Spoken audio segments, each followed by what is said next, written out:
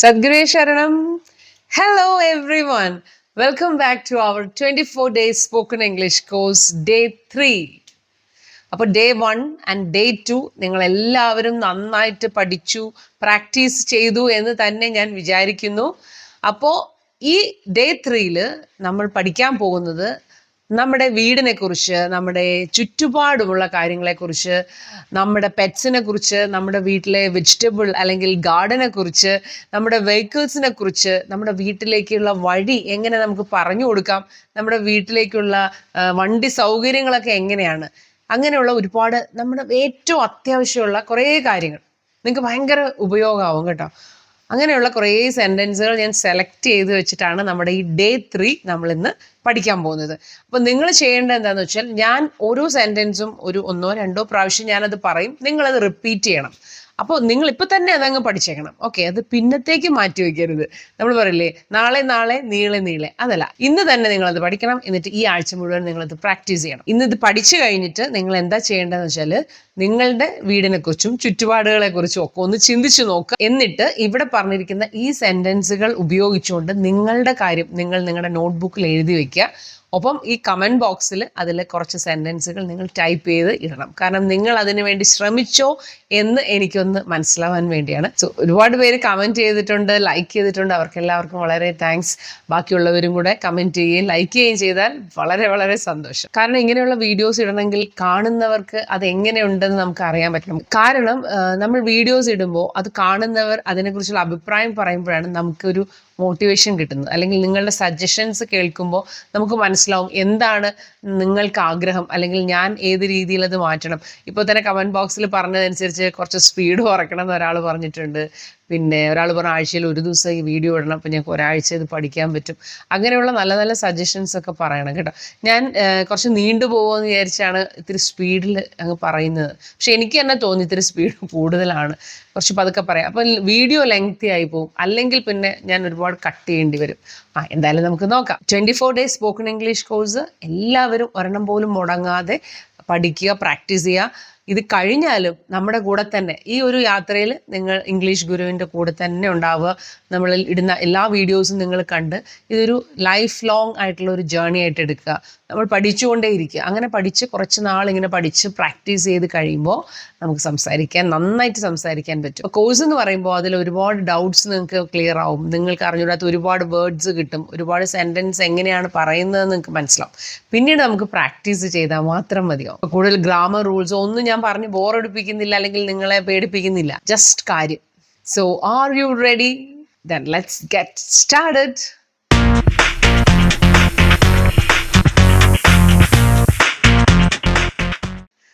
So welcome to English Guru's brand new episode. I am Ashalada Srijit. Describing your house. ഞാൻ ഒറ്റയ്ക്കൊരു വീട്ടിലാണ് താമസിക്കുന്നത്. എങ്ങനെ പറയും? I live in an independent house. I live in an independent house. കൂടെ പറയണേ. ഇനി ഞാൻ ഫ്ലാറ്റിലാണ് അല്ലെങ്കിൽ ഞാനൊരു അപ്പാർട്ട്മെൻറ്റിലാണ് താമസിക്കുന്നത്. I live in a flat. I live in an apartment. An apartment. A flat, an apartment. I live in a flat. I live in an apartment. എൻ്റെ വീട്ടിൽ നല്ല സ്ഥലമുണ്ട്, നല്ല വെളിച്ചവുമുണ്ട്. My house is spacious and well lit. കണ്ടോ, spacious, നല്ല സ്ഥലമുണ്ടെന്ന് പറയാൻ നമ്മൾ ഉപയോഗിക്കുന്ന വൊക്കാബുലറിയാണ് spacious. My house is spacious and well lit. Well lit എന്ന് പറഞ്ഞാൽ നല്ല വെളിച്ചം ഉള്ള വീടാണ്. 2 ബെഡ്റൂമും 1 ലിവിങ് റൂമും ഉണ്ട്. It has 2 bedrooms and A living room. It has ഉണ്ട്, എന്തുണ്ട്? 2 bedrooms and A living room. ചെറിയൊരു ബാൽക്കണി ഉണ്ട്, മുൻവശത്ത് മുറ്റവുമുണ്ട്.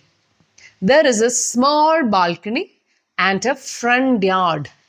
ശ്രദ്ധിച്ചോളൂ, ഫ്രണ്ട് യാർഡ്, മുറ്റം, മുൻപിൽ ഒരു മുറ്റമുണ്ട്. യാർഡ് എന്ന് പറഞ്ഞാൽ മുറ്റം. It has a small balcony and a front yard. എൻ്റെ വീട് നല്ല വൃത്തിയുണ്ട്, നല്ല സുഖമാണ്. My house is clean and comfortable. My house is clean and comfortable. നല്ല സുഖം, കംഫർട്ടുണ്ട്. It is well ventilated and has natural light. നല്ല വെളിച്ചമുണ്ട്, നമ്മൾ പറയാം ജനലുകളും ഒക്കെ ഉണ്ടെങ്കിൽ നമുക്ക് പറയാം ഇറ്റ് ഈസ് വെൽ വെന്റിലേറ്റഡ്, നല്ല വെന്റിലേഷൻ ഉണ്ട്.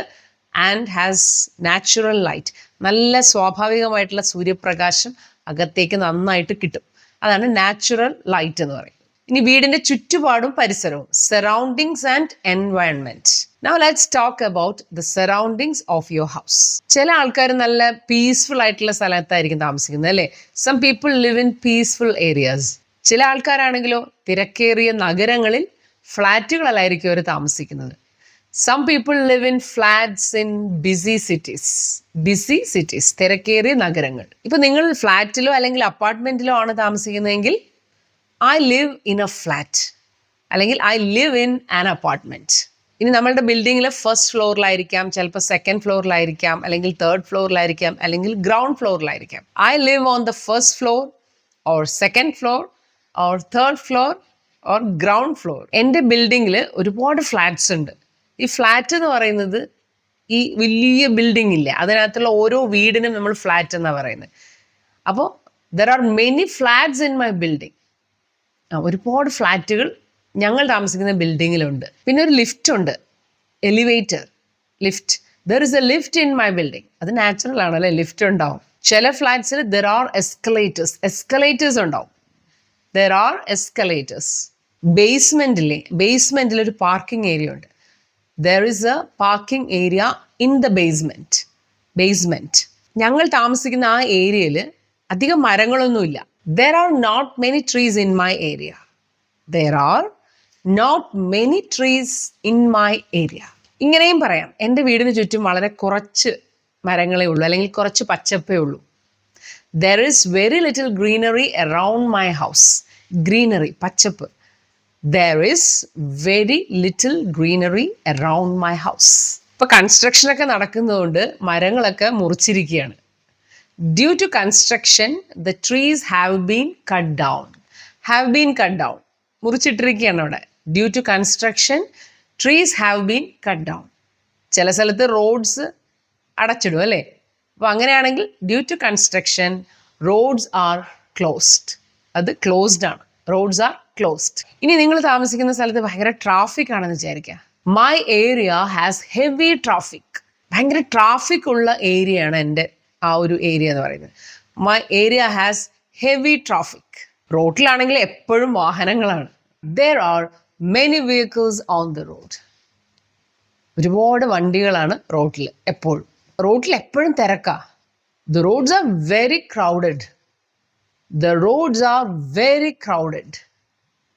crowded. തിരക്കേറിയ. വാഹനങ്ങളിൽ നിന്നുള്ള ശബ്ദമാണ് എപ്പോഴും. ഭയങ്കര ശബ്ദമാണ്. There is a lot of noise from vehicles. വാഹനങ്ങളിൽ നിന്ന് എപ്പോഴും ഭയങ്കര ശബ്ദമാണ്. ദിവസം മുഴുവൻ ഇങ്ങനെ ഹോൺ അടി കേട്ടുകൊണ്ടിരിക്കും. I can hear horn sounds throughout the day. എന്ന് പറഞ്ഞാൽ ദിവസം മുഴുവൻ ഇങ്ങനെ ഹോൺ അടി കേൾക്കാം. I can hear horn sounds throughout the day. ഞാൻ തേർഡ് ഫ്ലോറിൽ ഫ്ലാറ്റിലാണ് താമസിക്കുന്നത്. I live in a flat on the third floor. എൻ്റെ വീടിന് ചുറ്റും ഒരുപാട് ബിൽഡിങ്സ് ഉണ്ട്. There are many buildings around my home. എൻ്റെ ഏരിയയിൽ അങ്ങനെ ഒരുപാട് മരങ്ങളൊന്നും ഇല്ല. There are not many trees in my area. ഒരുപാട് മരങ്ങളൊന്നും ഇല്ല. Not many trees in my area. റോഡാണെങ്കിൽ എപ്പോഴും തിരക്കും, ഭയങ്കര traffic. The road is very busy and there is heavy traffic.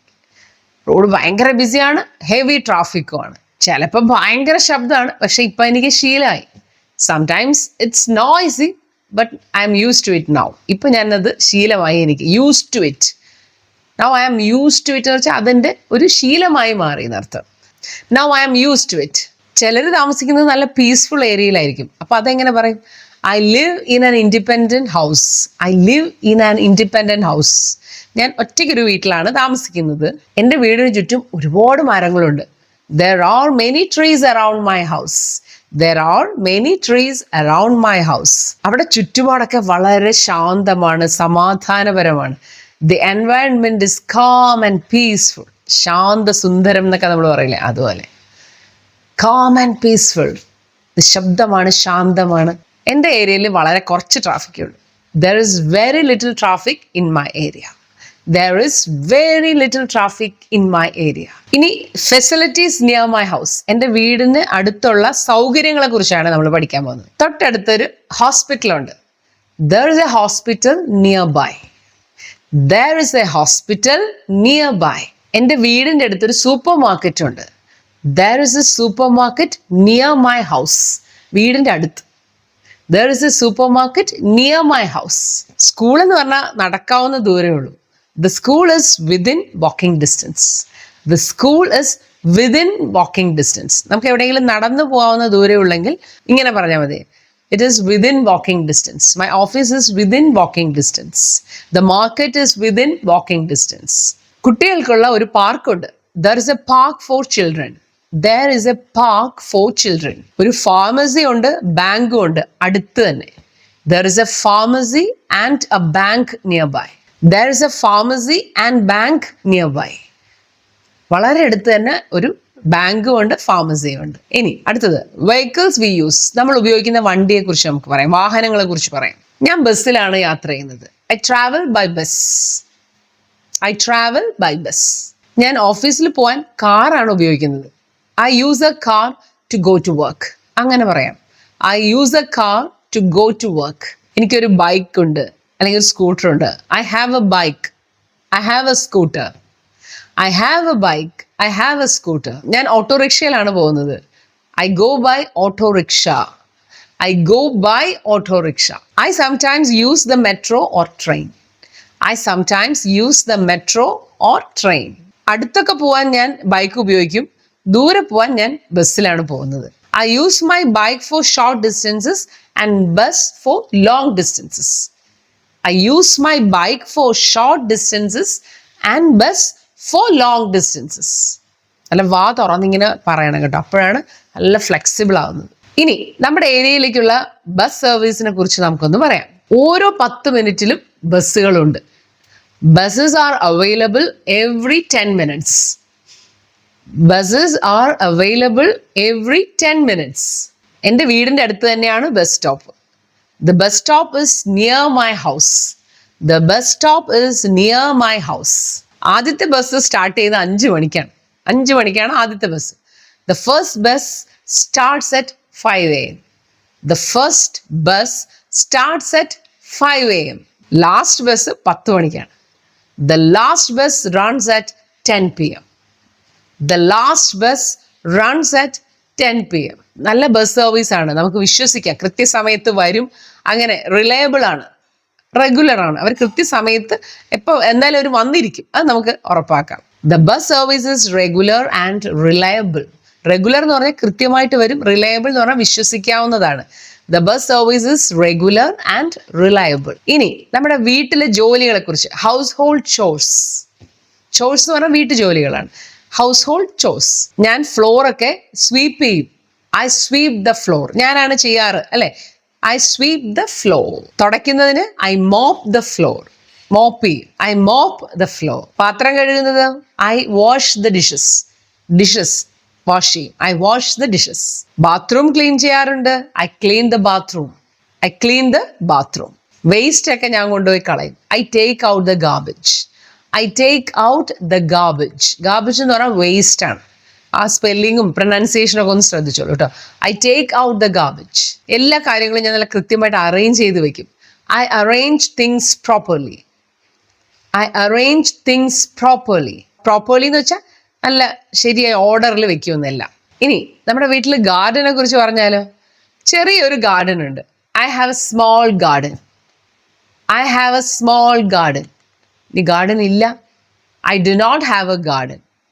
I do not have a garden. ഞാൻ പൂക്കളും പച്ചക്കറിയും ഒക്കെ വളർത്തുന്നുണ്ട്. I grow flowers and vegetables.